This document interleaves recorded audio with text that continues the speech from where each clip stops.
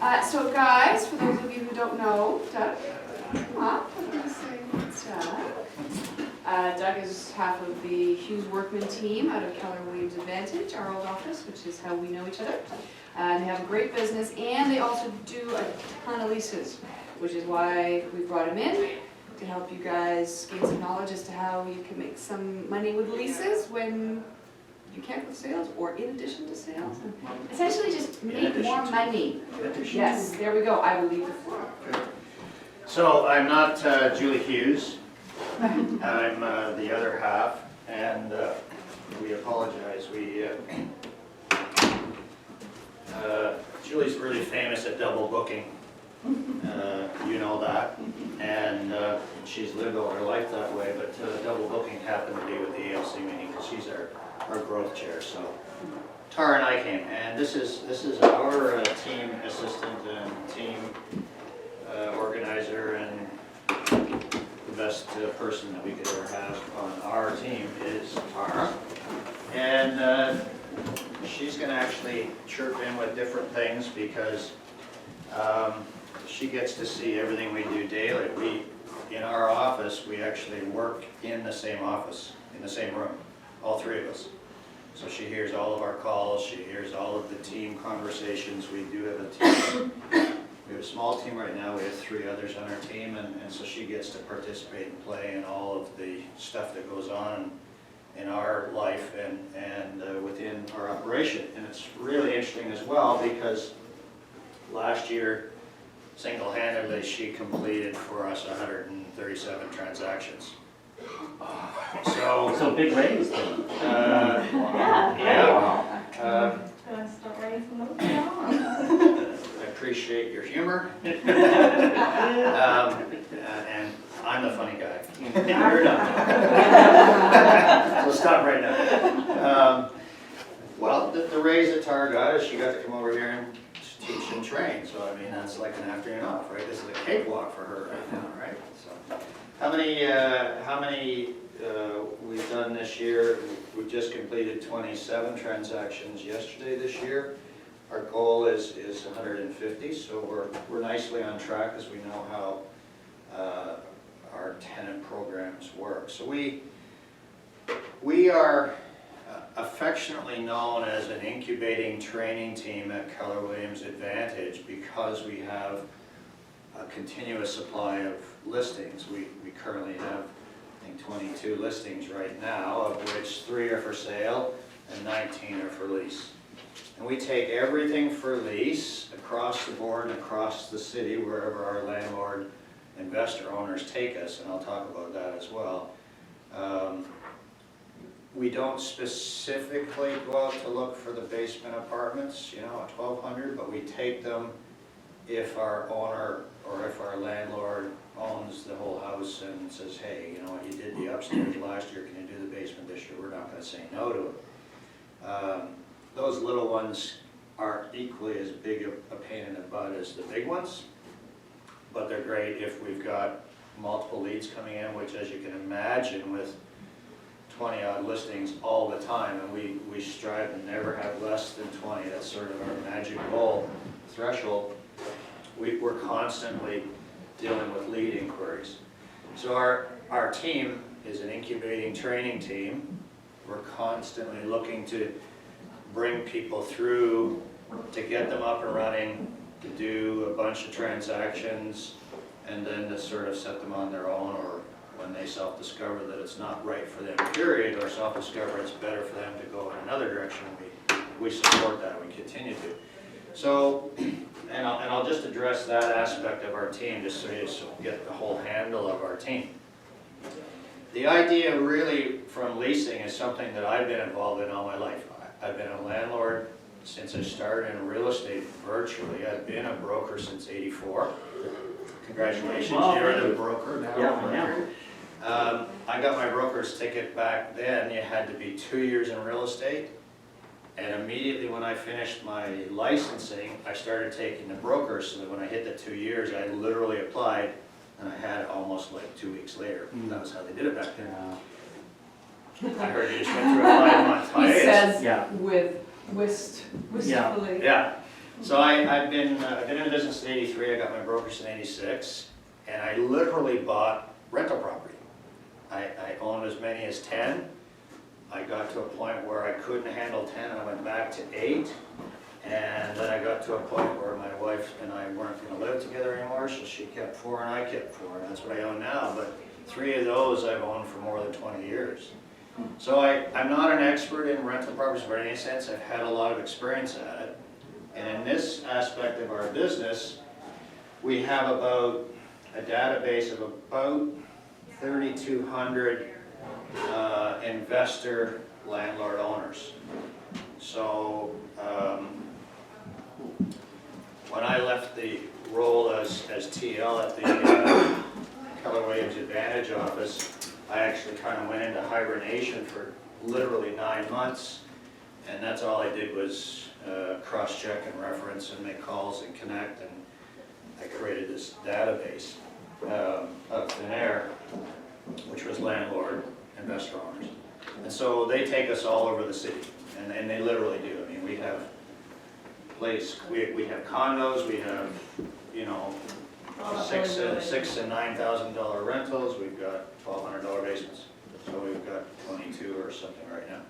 So we kind of have put ourselves into a little bit of a funny niche that allows us to have to be up to speed on some of the landlord-tenant things. Otherwise, you know, we couldn't be doing what we're doing at the volume we're doing, because we often get called in on situations where it's a problem. And, you know, problems mean opportunities, and opportunities in real estate usually quite often start from a problem. And so it's not any different with rental properties as well. So I'm going to kind of talk about a number of different items, and I'm going to kind of certainly be always open to just like raise a hand, and I'll answer the question on the spot, and we'll end it sort of with some questions. And I know there's lots of questions that come up that are tenant type questions, so I want to make sure I cover those, because that's always seems to be the ones that our team comes up with as well. But I want to kind of just pause or step back, because I saw a few eyes roll and a few draws drop when I said we currently have 22 listings, and we've done, you know, 28 deals or 7 deals this year to date. And you know, you have to think to yourself, Tara handles all that.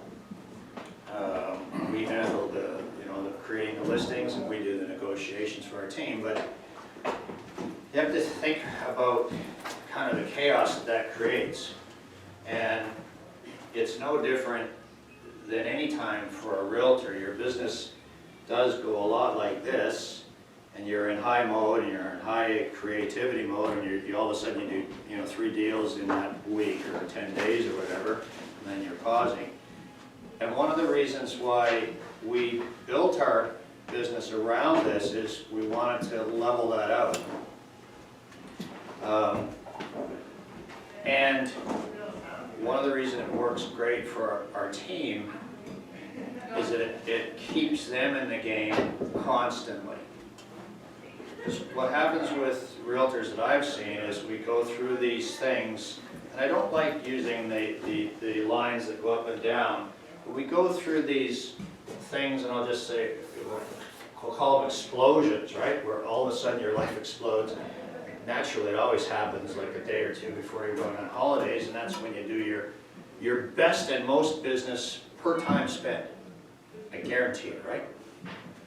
Like, I mean, if you look at all the holidays in all of your life, I bet you do such huge volumes in that last week before holidays. And you'd think, okay, so why don't we just book a holiday every 3 weeks, right? And sort of stay in that mode.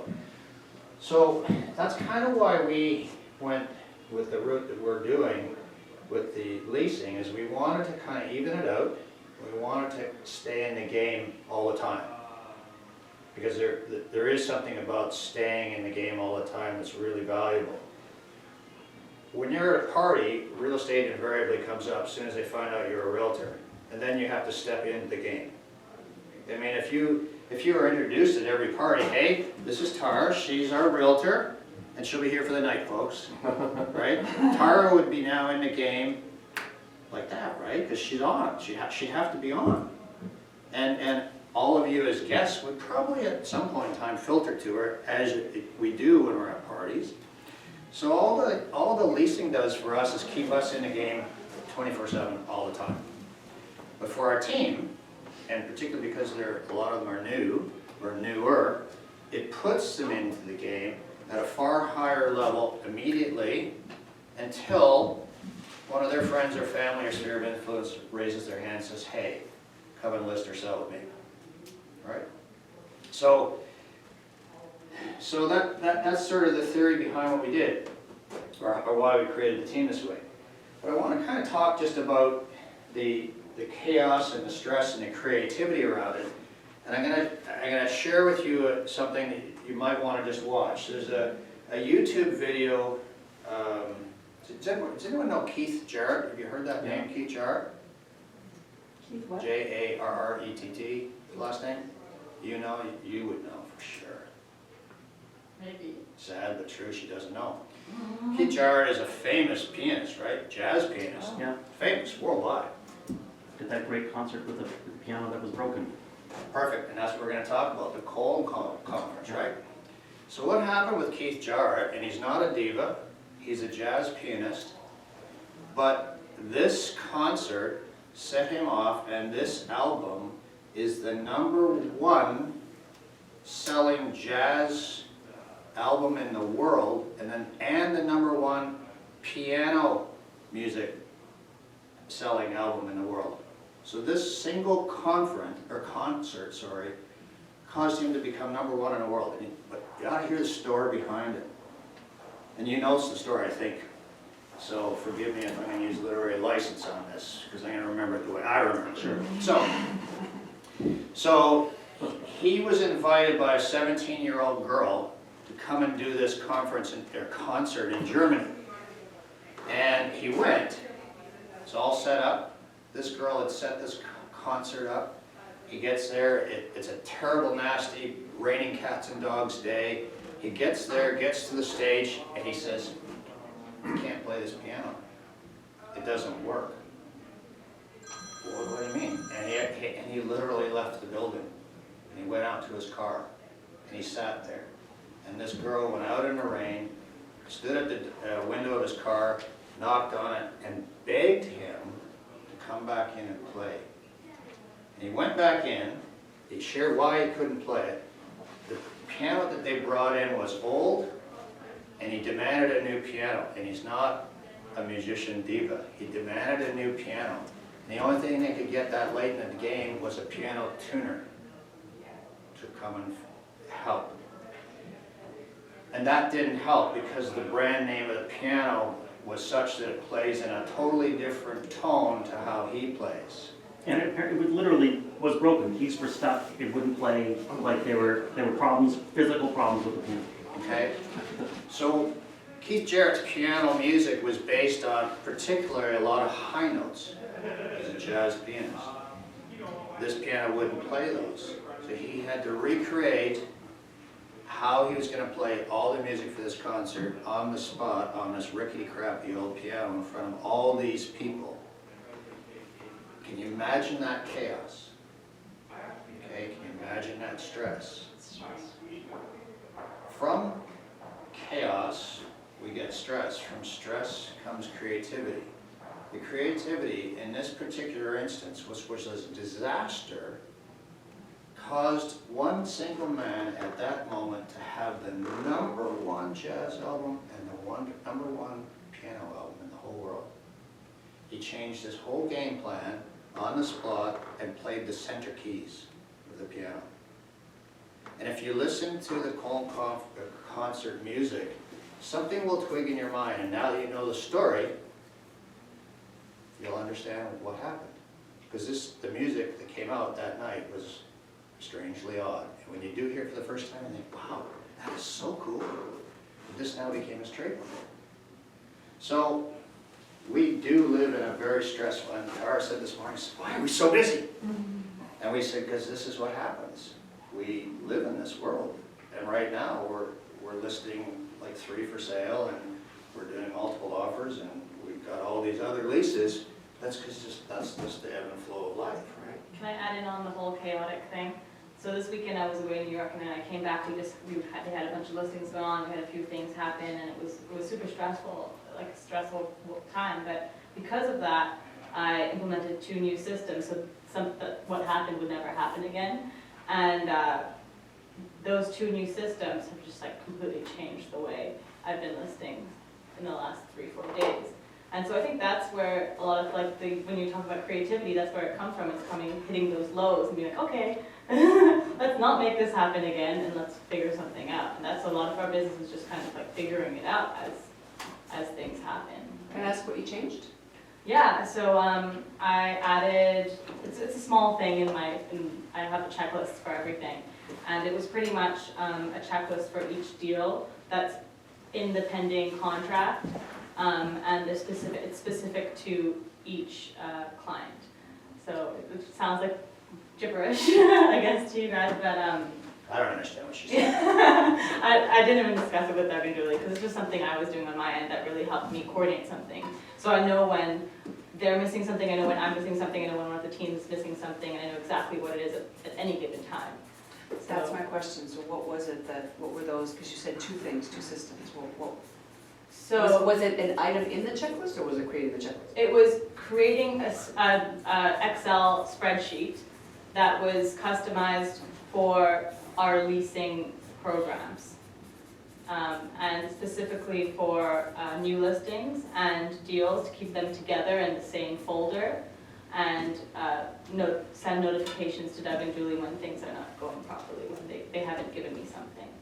So Julie, for example, she's very tech savvy, but Doug isn't as technologically savvy as Julie is. So she knows when something's missing without me having to tell her when something's missing, because it's in a certain file on the Google Drive. That's all technical stuff. The whole point of it was, we created something. Are you finished? Yeah. I want to get back to music. Sorry. I'm not a music guru by any stretch, but I've written it down here. Look at the YouTube TED Talk video is actually what it is, TED Talk. Pull up this guy's name, Tim Hartford, and watch that video on the Colm concert. It's really quite fascinating. Along the same lines, and I'm going to stay with this stress and creativity and chaos and so on, because I think it's just important. It's important whether you're doing a leasing business, whether you're going to do a farm business. Brian Eno is a world-renowned music producer. He's got a band. He's not very good at a band. He's extremely well-known, extremely successful, and good at helping others to be better. And that's his specialty, and that's what he's known for. So when other music bands and so on are in difficulty and they aren't being creative, oftentimes they hire this guy named Brian Eno. And Brian Eno is a bit of a character, I guess, and so he has created a system where he immediately tries to put the band or the musician in distress. And so, for example, he was working with Phil Collins' band. Everyone knows Phil Collins, right? He's a drummer, right? Working with Phil Collins' band. What he did is they were at a plateau or a dead spot or non-creative, whatever those guys call it, I don't know, but he puts them in distress. And what he did is he actually made them get up and change seats, and made them get up and change instruments.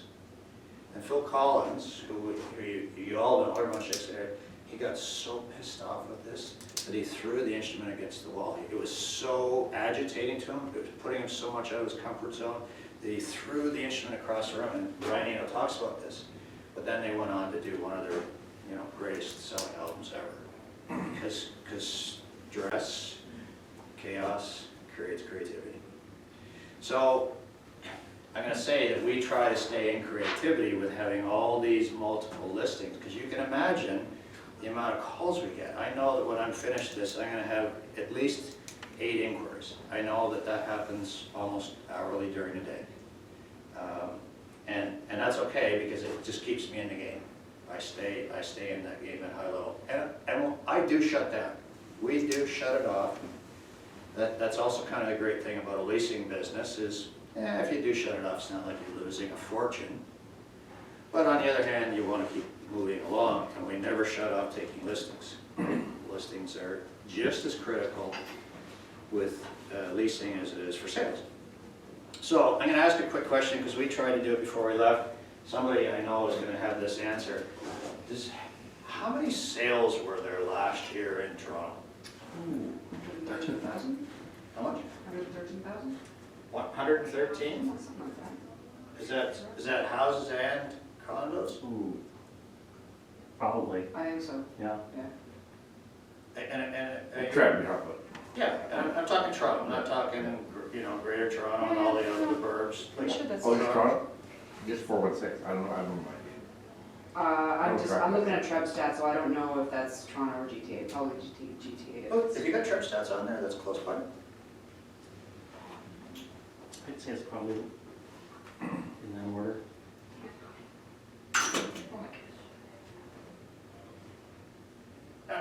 I'm curious, I'm actually surprised to hear it's that high, but if you have that information, it'd be interesting to know. So, did you have a question? Okay.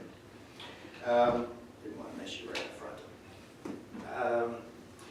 With the leasing, we particularly are fond and have an affinity towards house leasing. I won't say we turn our nose at condos, we don't, but we don't look for them and we don't sort of aggressively prospect them. We do on houses. You come up with your own. 113,133, where you go? Wow, that's awesome. That's for 2016. That's great. That's what I wanted to know. I'll come back to that. So the houses versus condos. I mean, what's the area downtown? CO1 and 8. I mean, like the numbers of condos are skyrocketing, right? Crazy numbers. We don't say no to them, but we only end up having those if it's actually one of our other owners that has one that we've done business with, or that has a house that we rent or something like that. Condos, as you all know, even in the rental side now, are experiencing multiple offers on rentals. We don't particularly care for condos because of the difficulties surrounding them, with showing them, with the difficulties surrounding them with often there's tenants in them still. Houses typically go vacant versus the tenant stays because usually it's a higher quality rental. And I know that's very vague and it's kind of a bold statement. But the big advantage for us is that they're easier to show and we get to have our signs on them, right? Big one is the signs. Less paperwork. Same amount of paperwork, trust me. The condo, if you're representing the tenants, then you gotta work with all the condo docs and like getting the elevator bullshit and all the. Okay, so that's great, and we're gonna talk on that, because that's an important part of our checklist, so.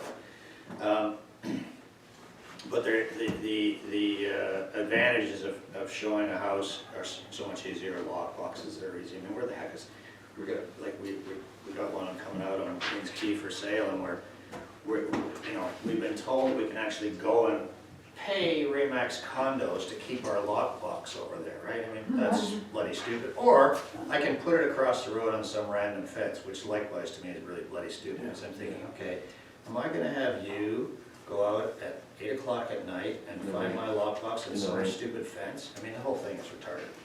Condo, don't get me on condos, but condo corporations should stop and think and pause before they put their rules in place and think about how they get out of these condos versus getting in. Getting in is easy, right?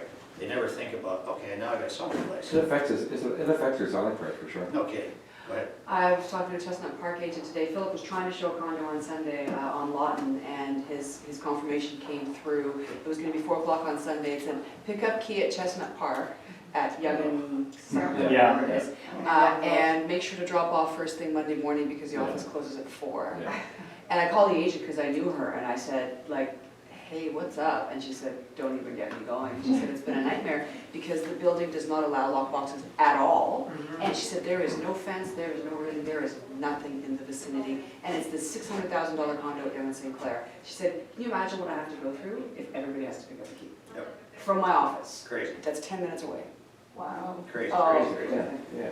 So that's why we don't purposely, but we don't say no, we don't purposely go after them. However, there's a huge condo rental system, right? I mean, the 33,000 condos were rented last year in Toronto, right? I mean, that's a heck of a lot of turnover and income and so on. And we go after the tenants that, I mean, why do we go after tenants in the first place?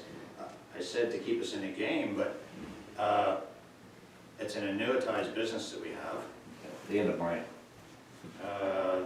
They do buy, but it's an annuitized business because one of two things happens to a landlord. Either they hate being landlords. What's that mean? So, What's up? Or they love being landlords. What's that Right. mean? Okay. Or they just like what they have. What's that mean? We keep using it. Keep coming back, we rent it again. So it's an annuitized type of business. I mean, our goal actually, it's hard written, you know, to do 400 transactions next year. That's our hard goal. Do you charge them per year? Pardon me? Do you charge them per year if they stay over? We do not.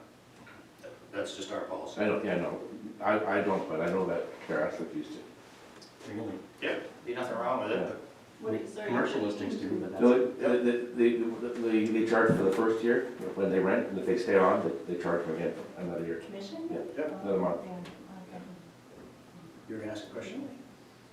No, good. So, one of three things happens to those. Now let's go through the whole conversation with the tenant. What happens to the tenant? They don't like the place, They move. right? Who might they come back and talk to? Or Usually they it's hook not up- us. they hook up- Usually it's not us. they They hook up don't with like, somebody usually else. it's the landlord. Yeah, Yeah. yeah. Right? If they like the place, what happens? They stay. Or they wanna buy. A little longer maybe. If they Hook up with somebody else, need a bigger place. if they actually do what they say they're all gonna do, which is save money to buy a house, what happens?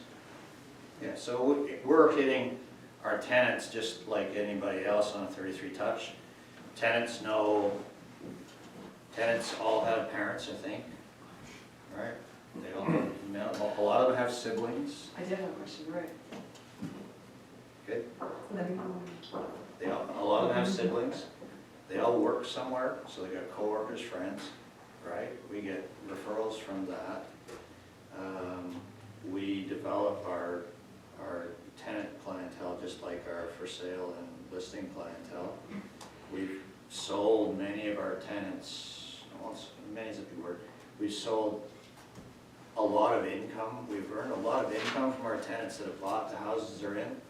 We do have a clause in there that says we get paid, which is fine. And others have bought other properties.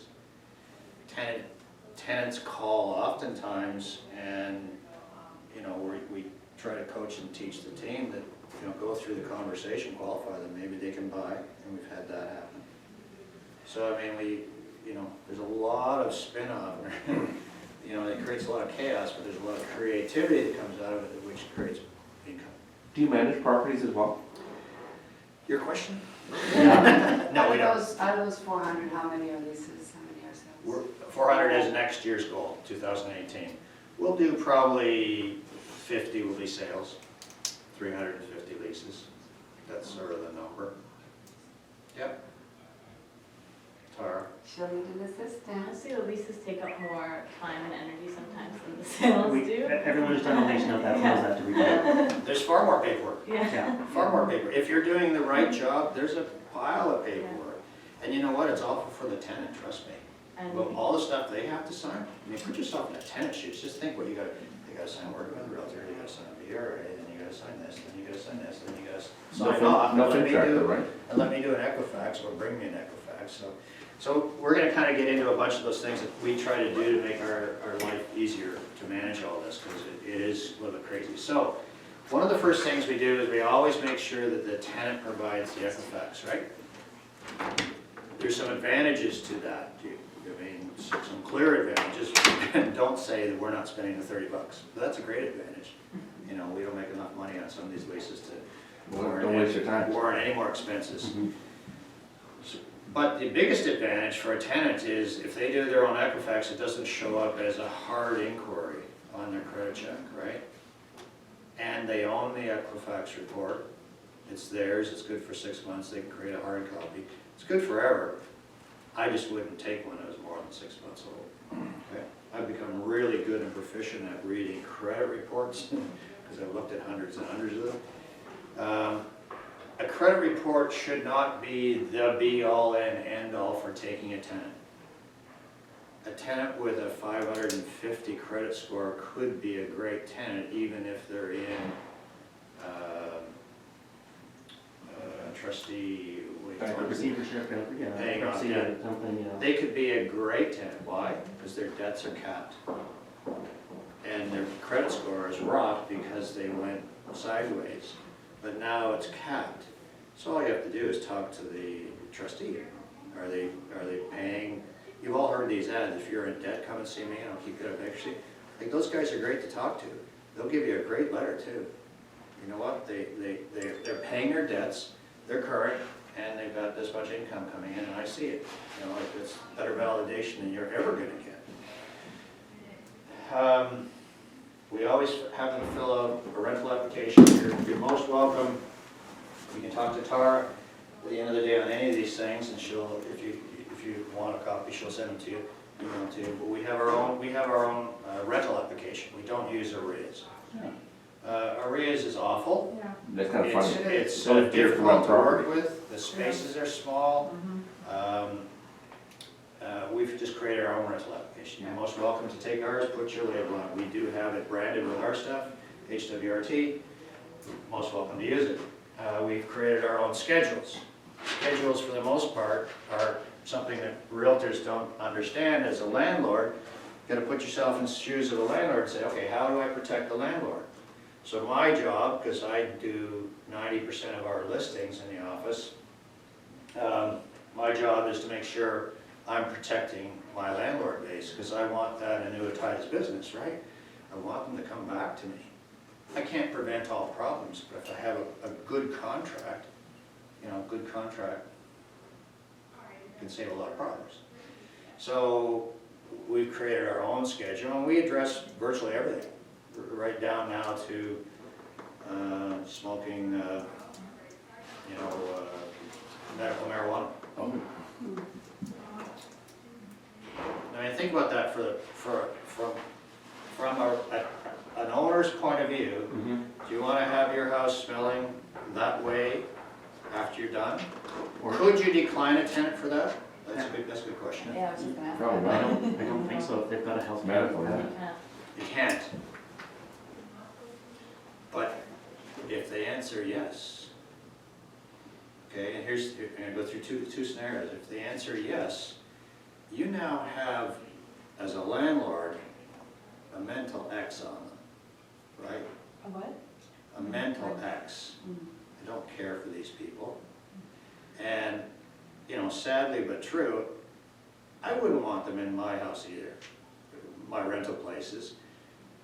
Partly also because if this is a joint place, is that play on words? The upper tenants might, might be extremely distressed, or they got kids, or, maybe they're a former addict, or who knows, right? You don't know.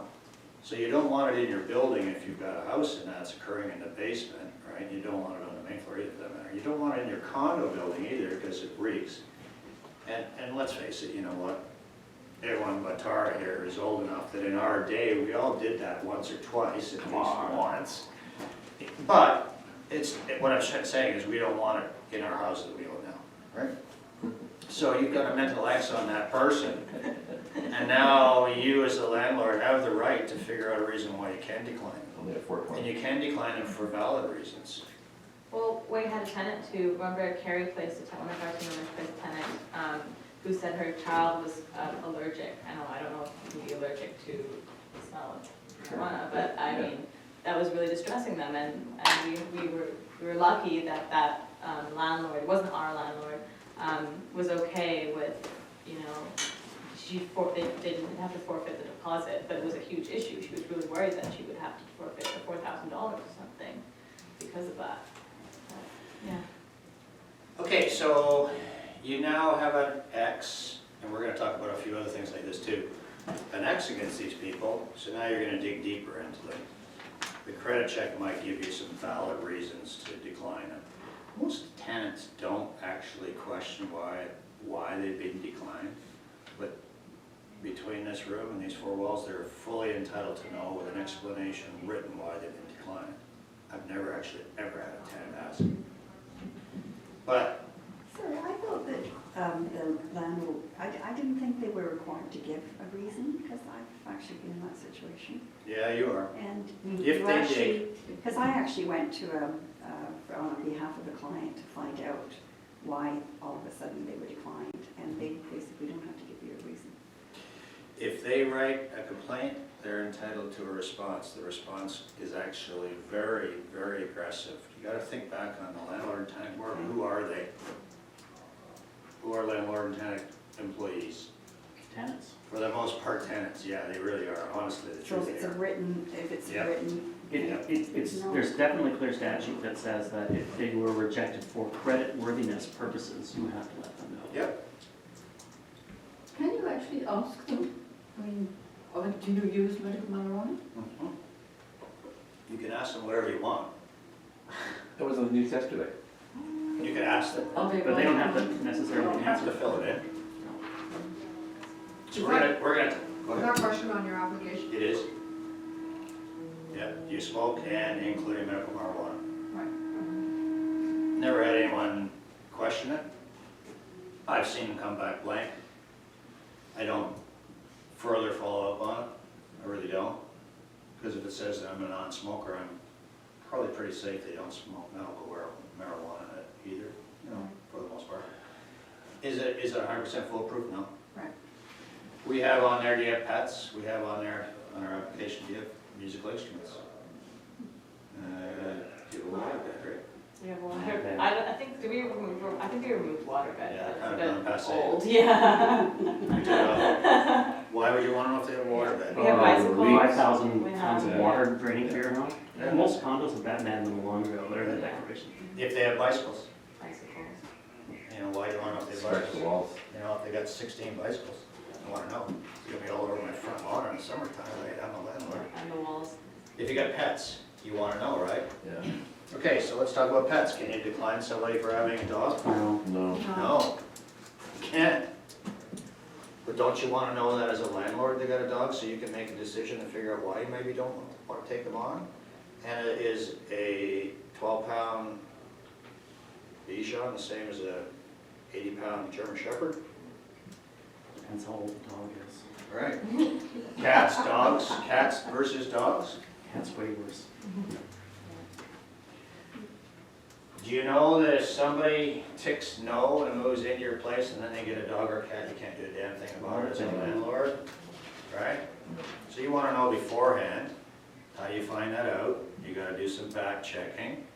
So what do we do with all these people that have pets? Because we live in the beach. My God, if you don't have a dog, there's something wrong with you. Don't come to the beach if you don't have a dog, right? Because you're gonna be odd man out. There's so many dogs over there, right? Probably around here too, I don't know. Everyone has pets, but you wanna know. You wanna be able to answer the questions for the landlord, and you wanna put this deal together, and so many people have pets. So how do you handle that? First off, you gotta be honest, right? It's gonna backfire on you if you put that tenant in there and there's a dog that shows up that they want to move in. Okay, so, and we're gonna cover another kind of aspect of this, separations, where people have pets coming back and forth between husband and wife, right? Visiting pets.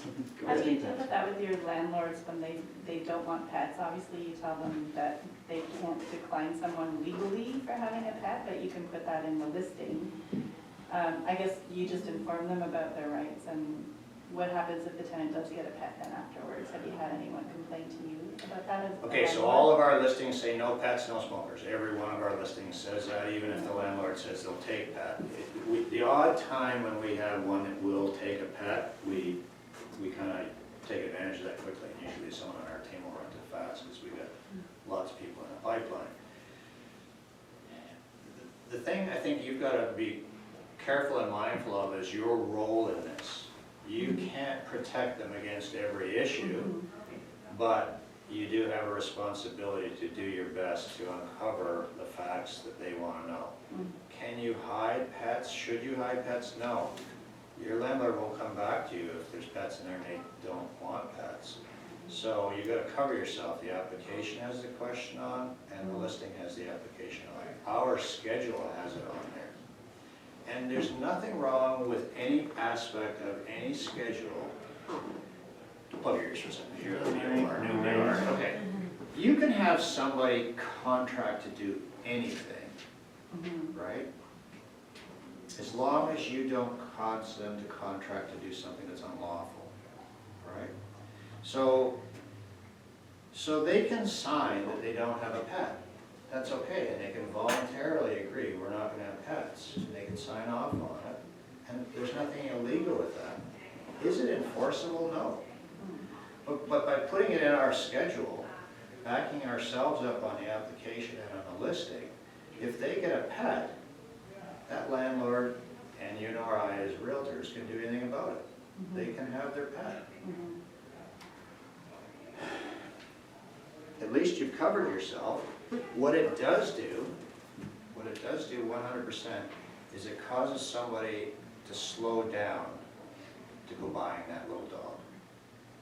You know, it causes them to pause and say, okay, you know what, that cute little bundle of fluff that came running out at me in the kennel, maybe I shouldn't buy it, right? It causes them to slow down. Does it cure it all the time? No. So your clause in the schedule is an acknowledgement clause? They acknowledge? It is. Okay.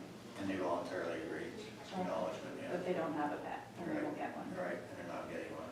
And condo corporations that don't allow pets, then you do have some recourse through the condo corporation. The whole building is pet-free, But here's the funny thing. but they've lost that. Here's the funny thing. They lost that? Yeah, no, there was a court case that went against Yep. it on the. So And here's a really critical funny thing. they are allowed to have pets then? Human rights says you can have pets. But that, But here you've got these condos that have these old bylaw statutes that are in place, and everyone in the building lives up to it except the new tenant that moves in.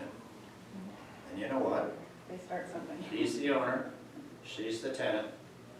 He can't do much about it, and nor can the building. The building, is it gonna fine him? Because now she's signed an agreement as a tenant, she's gonna abide by the condo rules. Mhm. And the landlord has signed off on that too, my tenant's gonna abide by the condo rules. But my God, there's a very big difference between human rights and landlord and tenant laws. Trust me, landlord and tenant laws, I would live on those and I would eat off of those before I live on the other. You're not gonna win that one, not So it's anymore. not, wow, that's interesting. Tough. That's not- Tough, and Right. you know, that's another reason kind of why we stay away from condos too, a little bit. So, pets, and what about if they have more occupants than what they've agreed to? Then you kick them out, can't you? I'm sorry, what was that? Then you kick them out. On the application form, they saw how many people are coming in. Okay, so it's really critical, on the rental application, you have occupants. They list who's We going have there. occupants. Okay, everyone's entitled to guests, but this is where it gets a little gray. Sometimes people have guests that are there full-time, and they have guests, and they have guests, and all of a sudden there's a whole family of guests, but they live there full-time. So now you've got a situation where you've got utilities included. You're the landlord. Or the landlord's paying water because he doesn't want to transfer it off his tax bill. And now there's 7 people there instead of 3. So I mean, these are the issues you have to uncover with some of these questions, and hence the application is critical, and so is the schedule. And you can put in there a clause such as, because we do have rentals, we've got one on the go right now, actually, we just leased it yesterday, deposit's coming in today. Two brothers arrived here from Russia or someplace. One's at the bank, Montreal working, and the other doesn't have a job yet. And I'm looking at the ages, I'm looking at the credit report, I'm looking at the fact they just arrived here, and I'm thinking my first question is, A, I know a lot of Europeans smoke, so I gotta clarify that. So we've actually had them initial on the schedule that they don't smoke. We've added a line in there that they don't, no, we actually added a whole new line that they don't smoke. Above and beyond our application and our listing and our regular schedule, we've had them initial. We've had them initial that they will not have guests for longer than 48 hours without advising and getting permission from the landlord. Because in this particular case, it's utilities included. I'm thinking, well, these are 30 and 36-year-old men coming from Russia. They gotta have a family somewhere. I mean, like, it's pretty unusual that they're traveling, they don't have a family. It's possible, but I gotta be prepared for that, right? So we've addressed it in our lease and our schedule. So where does it, oh, sorry.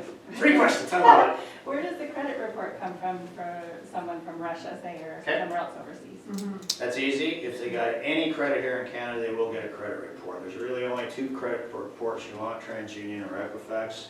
There's a new one that's being touted, and all it is it's a TransUnion report. They're just calling it another name. I can't even think what it's called, on gender or something. That's some funny name. So there's only 2 where you can do that with. You can't access, the banks have their own credit report system. You and I can't access those, but you can get those ones. So read through it, and we'll talk about that. He didn't have a whole lot of credit. He did have 2 or 3 credit cards and a phone account. As soon as they got a cell phone account, they got a credit report. Oh, yeah. So that's all the credit they had in Canada? Yeah. So anything that's from Russia is, We don't know anything about, can't check, not gonna waste my time. Oh, okay. Right. That Trump can get it. Britain has Equifax. Yeah, Ireland does. What's that? Britain has Equifax. Oh, yeah. yeah, and the British ones are okay. They're not as detailed and they're not as familiar as ours are here. So you gotta be mindful of that. They have stronger privacy laws. Yeah, they do, that's right. I mean, and a credit report, as I say, I started off this conversation by saying it's not the be all and end all, right? It's a big part of it. But the more important thing on credit reports is to look at how much exposure they have against what they're allowed to have. If somebody's got a $10,000 credit card limit and they are at $10,190, They're a realtor. you know, hey, we've all gone over our credit card at some point in time, but look at the next one below. Okay, they got a $5,000 one and it's at $5,400, okay. So these people are not, they're chasing their tail, right? They are. Let's face it, they're chasing their tail. They owe more than what they can. What they're even supposed to owe, they owe more, right? So sometimes you gotta look at it and say, okay, if they're paying all this is great. But then you gotta determine, okay, does that person who's making $48,000 and wants to rent this $2,000 condo that has all this debt, oh my God, they have about $140 a month left over for groceries. What's gonna be the first one to go? Rent, right? And we'll decline them, we'll say, hey, no. And you know what, the simplest thing, and I think you made the point earlier, and I know there's 2 more questions, we're gonna come back. You made the point earlier, you have to validate why there are financial reasons why you're declining them. Well, actually, there's a simple step. We chose somebody else. We chose somebody else, sorry. We just like them better. And that's acceptable to You use have to that. have that, Yeah. yeah. My question was on someone that signs off on not being a smoker. Yeah. Yeah. What's your recourse on that if the landlord goes into the house and smells smoke or sees smoke? Nothing. Right. You can't prove it, really. Maybe someone else. Sure, is yeah, you smoking. can prove it, there's butts all over the house and outside generally, and the house stinks, right? Yeah, you can prove it, you just can't do anything about it. Well, you can sue the So- tenant for damage if that's. And that's a long cause. But let's talk about going after tenants. Yeah. Because, I mean, you know what? I'm gonna share a really fun story, you're all gonna love it. Horror story. It's a horror Always. story, but you're gonna love it, okay? My mom just retired from real estate. My mom was 50 years in real estate up in Richmond Hill, Willowdale, Thornhill, Richmond Hill. My mom was one of the first women in Toronto in real estate. She actually had to find the token office that didn't have a woman at the time. Back then it was just men. And there was like multiple little offices, like 6 guys, 8 guys, 7 guys, you It was know. always good. Right? It was always good. That's when my mom started here in Willowdale. She had to find one. She found an office with 12 men that didn't have their token woman. She became a token woman. 50 years later, she retired. Right? And just got remarried. He's 93. And they're having a ball. So my mom helped my sister buy a pre-built in Barrie, in Barrie. You know, one of these townhouses, you put $1,000 down, $1,000 and $1,000. And they were just buying it to have it as a rental property. Now, my dad, unlike me, kind of filled the doorway. He's a big guy. My dad was 6'2", 275 pounds. It's the 275 pounds, it's really something, right? You can see the big man. And my sister, they had these tenants, they weren't paying, they drove up from Richmond Hill. My dad is a contractor, was a contractor, architect, has construction tools, has a construction truck, has blowtorches, had blowtorches. He was going up with my sister to help relieve the ice that had frozen in the eaves troughs. There's ice standing. So he was up there while she was going to go knock on the door and say, pay my rent. My dad was going to heat the eaves troughs to relieve the ice standing. So my mom and my sister at the door, knocking, no answer, so they decided to enter. And my sister, who at the time was about 28, they put down beautiful pink carpet, like the color of your shirt, what do you call it, dusty rose carpet. They did this little cutesy house thinking that we'll find a great tenant. Well, the guy they rented it to had rabbits. Oh, Run loose. Rabbits. Oh, I know. Rabbits on the dusty rose shag carpeting. Rabbits love that carpeting, by the way, and all those little pellets get disappeared in the shag carpeting, right? Well, my sister went berserk, like crying berserk. They're in the house, and my mom and my sister, I mean, my sister's just in tears beside herself. My mom's trying to console her. The guy comes home. Doors open, my mom and my sister. What are you doing in my house? And he starts screaming, you know, bloody blue murder. My dad's up on the ladder at the back of the house with a blowtorch. Hears all the commotion, walks up the driveway with the blowtorch in his hand, comes up behind the guy who was kind of my height, and I can envision this like, I know this is exactly how it happened because this is how my dad was. Comes up behind the guy with the blowtorch and his big hydro park on. He's already 275 pounds. You can imagine how much bigger he looks now. It's cold, blustery winter. He's got his gloves on and his big honking boots with a blowtorch in his hand. Behind the guy says, is there a problem here? You know, the guy kind of looks around. My dad proceeded to say, well, it's great you're here because we're just here to help you move out. And he instructed my mom and my sister, and this is going back about 15 years in Barrie, instructed my mom and sister to pack up all this shit and move it out. That was his exact words.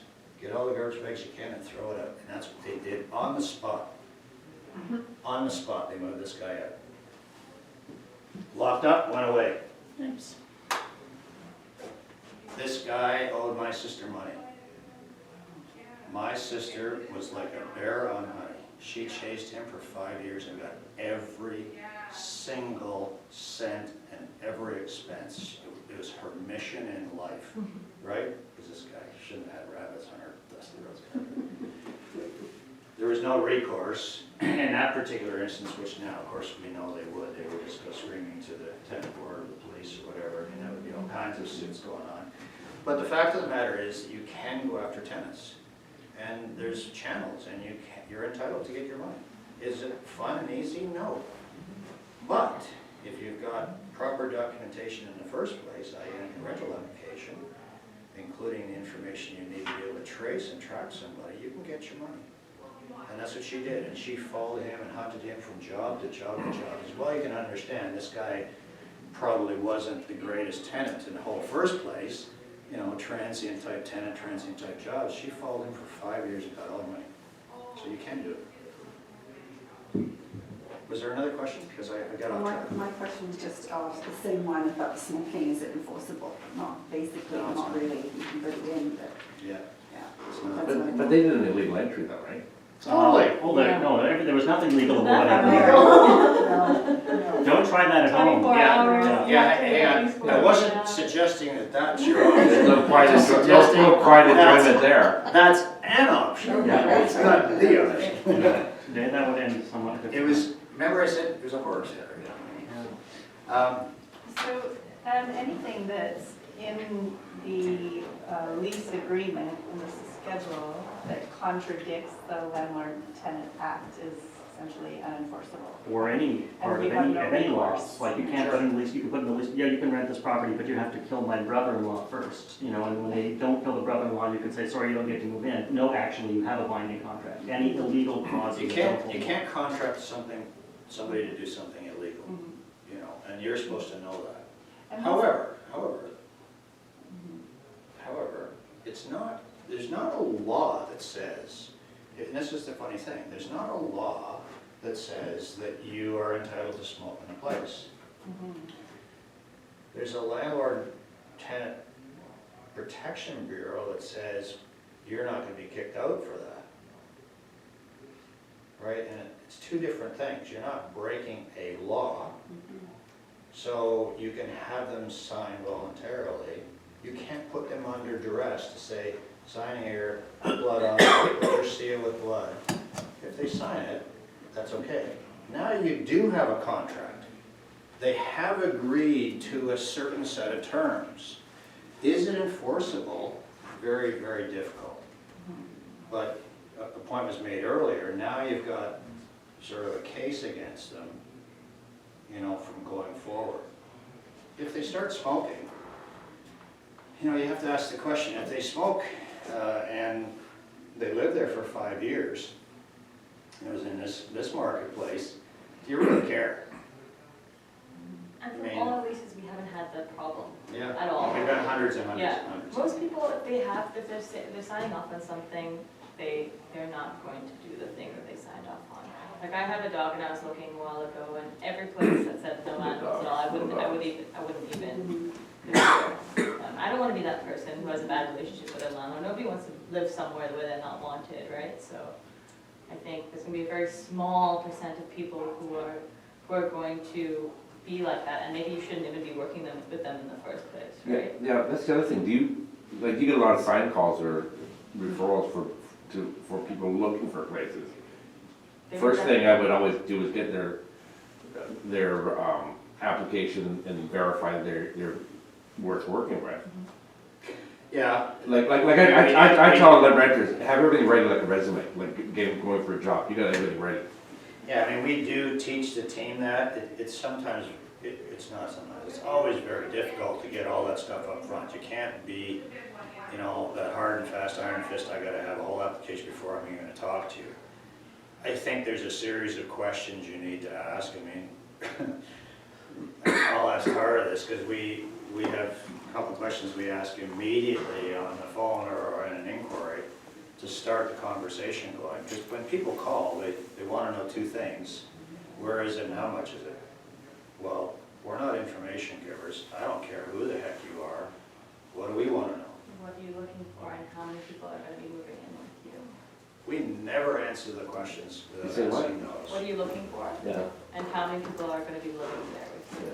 And we don't even ask it quite in that way. It's like, so is this for yourself or who will be living there? Yeah. It's a delicate way of answering it, but I want to know. Well, And if they say, and you're amazed at what they share with you by asking questions. Asking the, you know, he who asks the questions wins.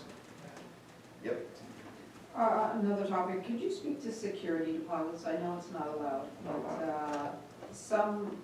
I've had clients that they just want it in there. They're saying, you know, if you Great. damage my property, I want to know. Great. If they'll pay it up front, great, take it. Right, so if they sign off on it, Sure. the tenant.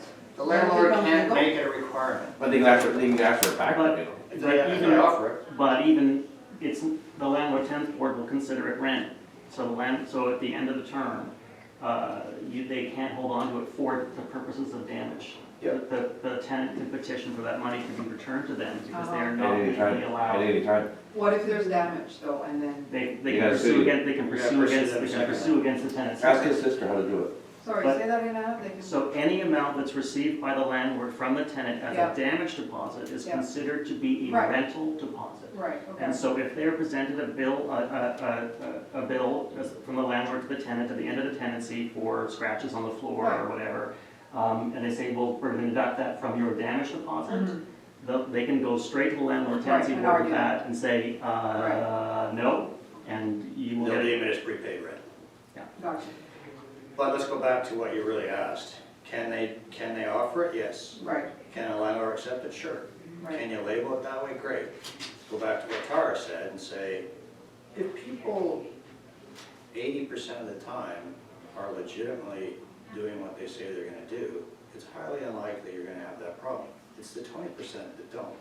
That's- So here's the question, why are they offering it? And I get my spidey senses going up right away when they come forward and say, hey, I wanna pay 6 months up front and I'll pay a security deposit. I'm thinking, well, why? And what? Why do you wanna do that? Well, because I keep getting turned down everywhere. Well, why do you keep getting turned? Well, because, and before you know it, yeah, I got 6 kids and I'm on some social service system and I feed 8 dogs every day. Why? Because I own them. Well, we've done it just for the reason to get the place though. Our people were good and everything, but just to. Competition is fierce. You guys, It's and sort of us like- as realtors should play that game all the time, right? It's kind of like if we're at multiple offers Yeah. and these 3 offers are identical the same, this one's $50,000 deposit, this one's 40, and Yeah. mine's 100. Yeah, You can bet that the listing agent and the owner are gonna look at my Yeah. 100 yeah. pretty hard and fast. If everything is the same, I'm probably gonna win it, unless they really like these agents or these buyers better. If everything is equal, it's all been done by email, which often it is, they're never gonna know me, nor my clients really, even I might write this little letter. So yeah, you can, write first and last too. We get all kinds of inquiries, I'm just here, just got here, how do I get a house? Okay, students, we hate students, but we look at it and say, okay, students, okay, pay the 10 months up front, pay the whole year. Can you do it? You'd be surprised how many come back and say, oh, you pay 6, okay, we'll take it. What do you do then? It's first and last 5, you just. Yeah. You just paid first and last 5 months, right? Because now, the worst case scenario is I got 5 months to get you out. Yeah, first and last 5. So yes, you can have them agree to anything, as long as it's not illegal, or that they're doing something Yeah. illegal as a result of it. Is it always enforceable? No. Don't get caught up in, you can't do this, landlord or tenant that doesn't allow this. If you have to go down that path, you're starting with a bad relationship. Just stop it. Just stop it. Go on to somebody else. Anyone that's wanting information on our schedules or our applications or anything, just give Tara your email or vice versa, she'll give you her card. So you've got the big rental business, but you're not doing those showings yourself. You hire junior agents to do all those showings. Oh, no, we do lots of them So you ourselves. do them all? you guys do And them all? MLS does lots. Okay. Yep. I wasn't sure if, maybe that kind of volume, if you just okay, Joe off the truck, got your license last week, come on, you can come work for us and we'll earn the business, or? We do take new agents all the time. So I'll walk backwards, because you're in a BOR position now, you want to have some understanding, and you all should have this, because, that's a great way to create your downline, right? Yeah. So I would take that new person, if they're clean, sharp, and presentable in a heartbeat. I don't care if they've never even done a retail sale job. I look at it and say, raise your hands, tell me who you are. How many years in the business? 1, 2, 10? 30 years. 30? 10. 10, 5, 2, 15 years? Okay. So, you guys have all survived, right? Like 80% of agents don't survive the first 2 years, right, of course. Like, you guys are all surviving. 5 years, my God, you're probably gonna be in it forever, you know? But think back a little bit about all the people you started with and how many of them are in the business anymore. And let's even take away the Keller Williams, and I'm a Keller Williams lover. I've been here 5 years now. Julie's 10. I've only been at 3 other brokerages in my 33 years. You know, we got some great systems. But we still have 30 or 40% of the agents in every office that don't succeed. Even with all the tools that we have, right? It's not that much different. We have a different culture, and we can take them to another level with growing a business, creating a business, which other companies don't have. But pause and think for a second. When we take somebody new on and they go out and do 10 lease transactions, think about how much further they are ahead in that 6 months than somebody that comes in and does 1 house sale. They might earn the exact same money, but you know what? They've had to negotiate 10 times. They've had to write 10 offers, probably more. They've probably dealt with 100 people, right? And learn their skills and hone their skills about developing relationships and people skills and how to talk and so on. I mean, it's kind of a really great education. Fast forward, because I'm going to give them a lead today. You know, we have a new guy on our team. You know, God bless him. We love him. He's a TTC driver for 25 years. Wants to change careers. We love this guy. He's got a wonderful personality. You know. But my God, he doesn't have any sales experience. I got to be candid. You know, if he can survive and people get to know him, they're going to do business with him because he's a lovely guy. But like, his friends and family aren't going to list their $1 million house with him. Why would they? Why would they? He hasn't done anything. Like, other than this, there's some pure crazy obligation. Why would they? I sure as hell wouldn't. I would go with somebody that I bought the house with, or that I know does business with in the area, right? Yeah. Also, like, we see so much, we see all this growth in anyone who comes to join our team. You see them almost like every month, you see they talk a little bit more, they have more confidence, and that's the 4th, 5th month. It's like, okay, now they're almost mentoring the newer agents. And you also see the opposite when you see people who, look, if you cannot get 1 lease deal when you're getting over 30 leads in 2 weeks, hard leads for the same property. They're not, you know, just leads coming from anywhere. They kind of realize that maybe this is not for them, which is also valuable because you realize that sooner than later, and they're not really as penalized. I don't know. I think that's also valuable in a weird way, I guess. You know. Have you hooked up with companies for relocation? Yep. Yeah, because we have, I don't know how many furnished rentals all the time. Like, we always have more than a handful. And do you guys advertise on Craigslist or Kijiji? Team does, we don't. We have all kinds of web leads come at us. We just forward those. We forward that on to our team. Do you actively seek owners or people that want to lease their units? And if you do, how so? Like, do you market for that? Do you? That's what I did in the first 9 months after I left being a TL at the office. And how was that done? I crisscrossed and back-checked and looked for everything I could under the sun that would tell me that somebody's a multiple owner. Like, how was that marketing or online or? No, Go to City Hall. just hard work. Go to City Hall. Just cross-checking and referencing and going back through MLS sales, just, you know. Right. Now, do you also work with the tenant applicants? Do you pick up tenant applicants and work with those, or you just focus solely on listings? Me? Yeah, or the team, like you're not. Me personally, I focus on the listings. Mhm. I have procedures in place to hit up all our tenants when we get the paperwork. So, yeah. When you say cross-checking MLS, what did you mean? Like, I'm cross-checking houses that have sold that were tenanted. Um, Now, here's a funny thing that's occurring. we all know what's going on in the marketplace, it's bonkers, right? So what's happening is there's a huge transition on the go. Old landlords, I'm not looking at you, I'm just saying old landlords in general, are cashing in, right? Because they've been landlords for a while and, you know, they're Market's saying, up and they're getting closer to retirement. hey, you know what, I'll cash in. And what's happening with those is those young buyers are pouncing on them because they got beat out of the last 8 offers, so they're pouncing on these rental properties and they're gonna have to bite the bullet and convert them back to some, you know, to maybe a duplex or to a single family. So there's a huge shift going on with old rentals are coming out of the marketplace. And then additionally what's happening is the media is helping us. What do they see every day when they open the paper, turn on the news? Toronto real estate prices up.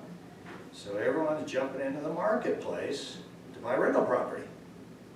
And now what's happening is they're buying properties that are pretty nice and turning them into rental properties. Or they're crappy and they're turning them into rentals. So there's a whole new crop of rental properties that's come on the market. So we've got some older landlords and older properties that, like, my God, I'm telling you, unless they have those places cleaned up, fixed up, it doesn't even matter what price you offer it at.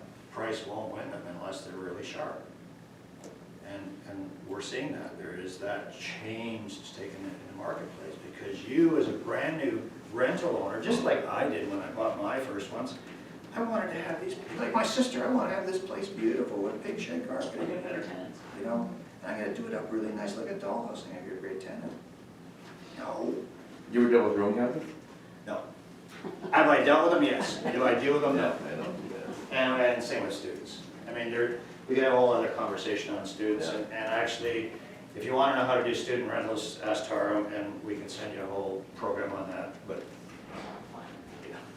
Don't- How do Lots we of contact you, signatures. Tara? I'm sorry? Oh, I have my business card that I will give to all of you. That's Any other questions? Another question. Yeah. Do you do any sale lease backs? I've done them personally, and I've bought. Are they really there? Yeah, they're not really there. No. They talk about it. I've never seen them They're not here in Toronto, No. they're elsewhere. on TV.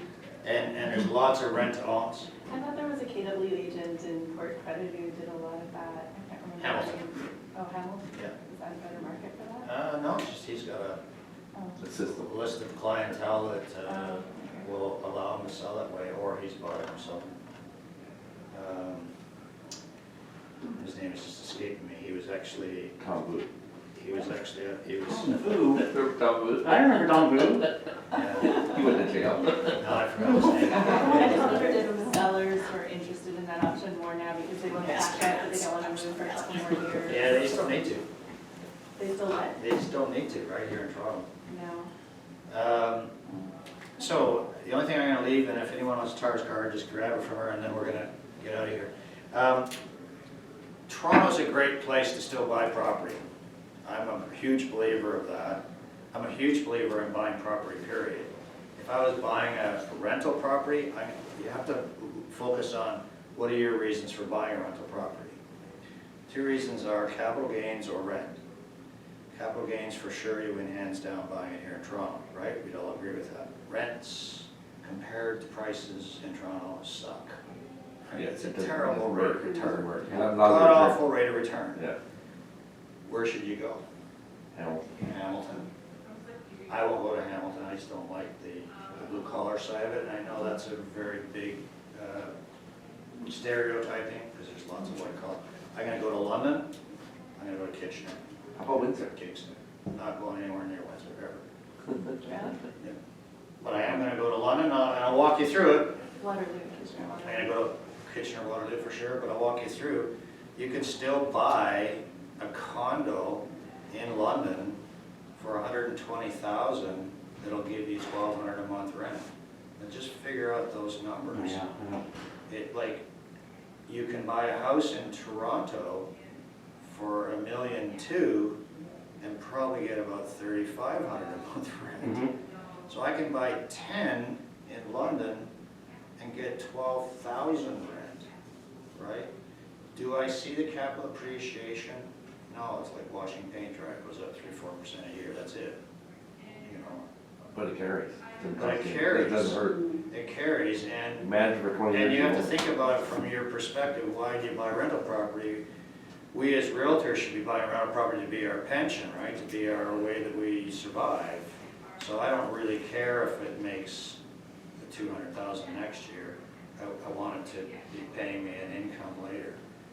And so, it's hard to put, let's face it, you're buying $1.2 million, you know, you gotta put down $250,000. You can go buy 3 in London and practically have them half paid off. And they're gonna carry even in vacants, you know, like, you know what I mean? Like, so, think about that just from your own perspective and your clientele